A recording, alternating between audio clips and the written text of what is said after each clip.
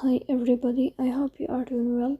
Today we'll talk about how to fix or how to solve the problem of something went wrong on Suno app.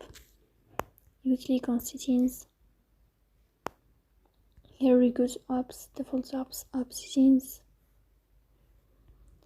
And above you will search about Suno app.